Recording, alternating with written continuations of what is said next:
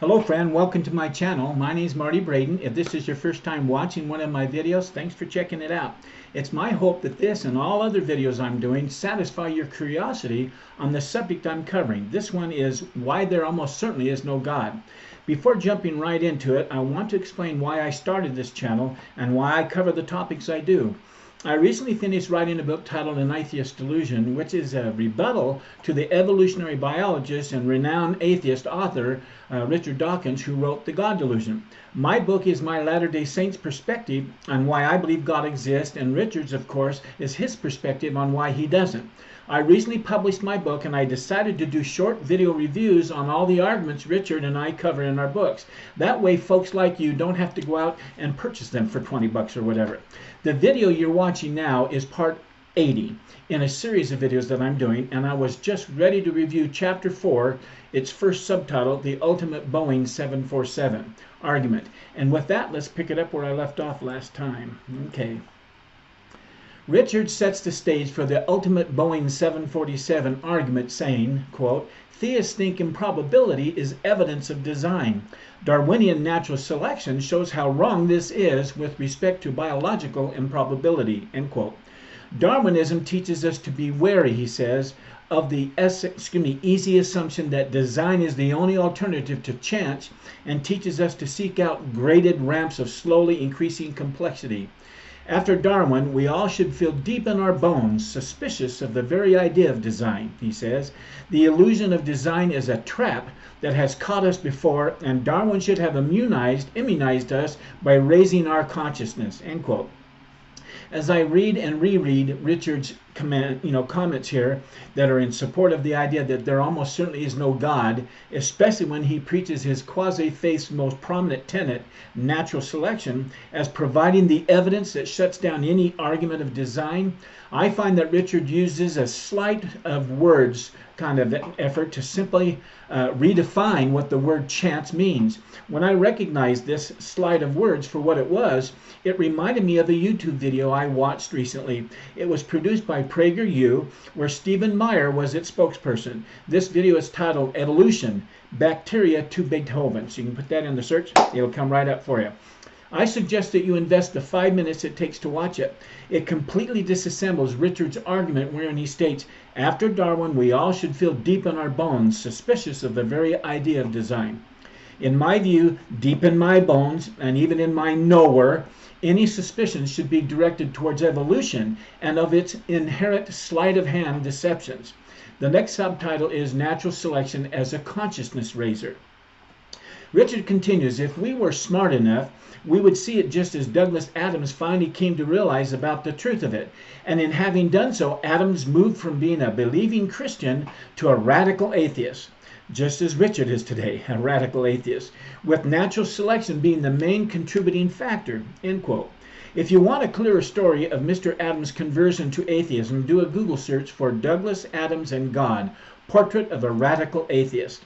Even with Richard's constant barking out the natural selection answers answers life's big questions, the fact still remains that Darwin himself could not explain the origin and cause of variations that are generated during this idea or process he called evolution. In species alone, and never in kinds, of course, Darwin emphasized the importance of the fittest organisms, and later it was suggested that fit and fitter forms can also coexist. The principle of inheritance was also not present during Darwin's time. It's been more than 150 years since Darwin postulated his theory of evolution, and since then not one scientist has ever been able to come up with a proven, incontrovertible explanation for the origin and cause of variations that are generated during this so-called workable process of evolution, nor have they been able to create that one simple cell that can duplicate itself. That's for sure. The itself being the life within each and every cell. It is my belief that God placed the information in the cell so species could do this. Only a divine, intelligent mind can and did produce the information, back to that information problem, information in each string of DNA code that exists in each and every cell of animals and every living thing that God created, or I say organized.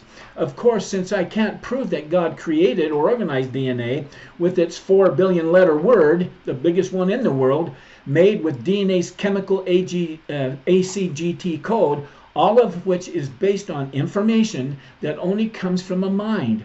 I will say again that this is just my well-informed opinion, and I hope that you will consider this as one more solid scientific reference laying of evidence that you can add to your own circular table stand that's currently supporting your personal table of belief. Keep in mind that a computer is not created in the literal sense. It is organized. Each hardware piece is manufactured and organized from material found on this planet. It's then assembled and organized anew. Then programmers place programs such as its operating system into it. But only when life is breathed or pumped into it can the computer come alive and start computing. This life energy is called electricity, and it is an unseen power just like life is an unseen power. The fact is, all animal kinds are complete, or what God called, quote, finished and good. There's that wonderful word again, good. As I said, there's not one example of a kind jumping to a different kind on the earth today, neither living or dead, out of what many say are thousands of kinds in existence. If you don't believe me, then go ahead and try to breed a dog with a cat, for example. It doesn't work. Ask yourself, why can't cats and dogs mate with each other and produce a puppy kitten offspring? What keeps them from doing that successfully? Even if it looks like they're trying to do so, they will end up with no offspring, no puppy kittens. And the reason for that is there have been boundaries placed on these kinds. In other words, God pronounced laws that keep them within the boundaries He has set, thus keeping this creation of life process working as God intended and designed it to work, and not as man would have it work. Okay. Some of these laws are their breeding behaviors, heat cycles, and especially the laws directing the DNA code within their cells, all of which combine to prevent them from being able to produce healthy, viable offspring randomly or otherwise. They cannot go beyond the bounds God has set for them, meaning you shall not pass. Scientists have never been able to take an egg from a cat and artificially inseminate it with the sperm of a dog in order to activate a new puppy kitten kind of offspring, meaning two different kinds becoming a totally new kind, a dog cat.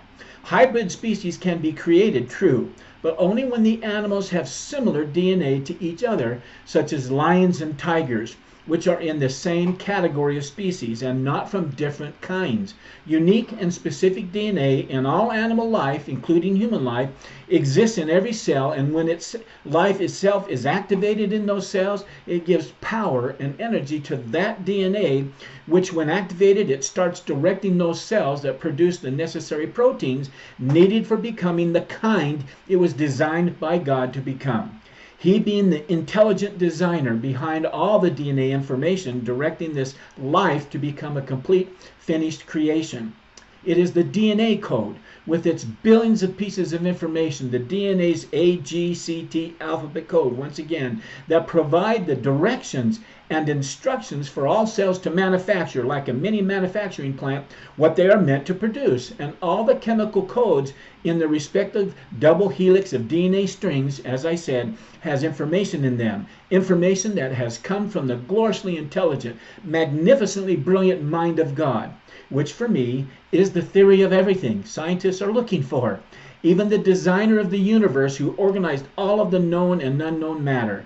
God provides the life power that activates the potential life existing in each and every living creature's cell.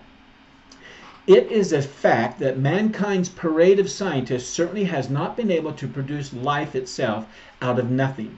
But if and when they do, which I'm confident they will never do, I'll happily take a second look at the simple to complexity argument of natural selection that Darwin and Dawkins claims to be the real creator, designer, and director of all life. It's my belief that they're pulling the wool over many eyes, possibly even intentionally, by taking the directive process found in DNA and renaming it natural selection. In other words, they've hijacked the directive power in DNA by simply renaming DNA's directive power evolution, with its chief tenet being natural selection. I'll address this hijacking more thoroughly in a later subtitle. The next conceptual journey Richard takes us on is called irreducible complexity. That's a fun one, but I would suggest that you go to YouTube and watch, this is what the title is, Have I Been Lied to About the Origin of Life? Episode 5 of Quest, Q-U-E-S-T,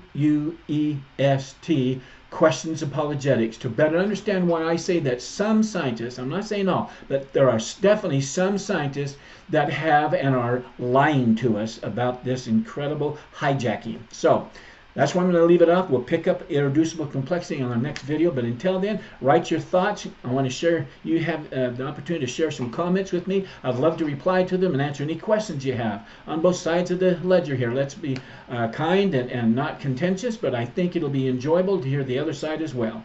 But until next time, I wish you continued success. Goodbye.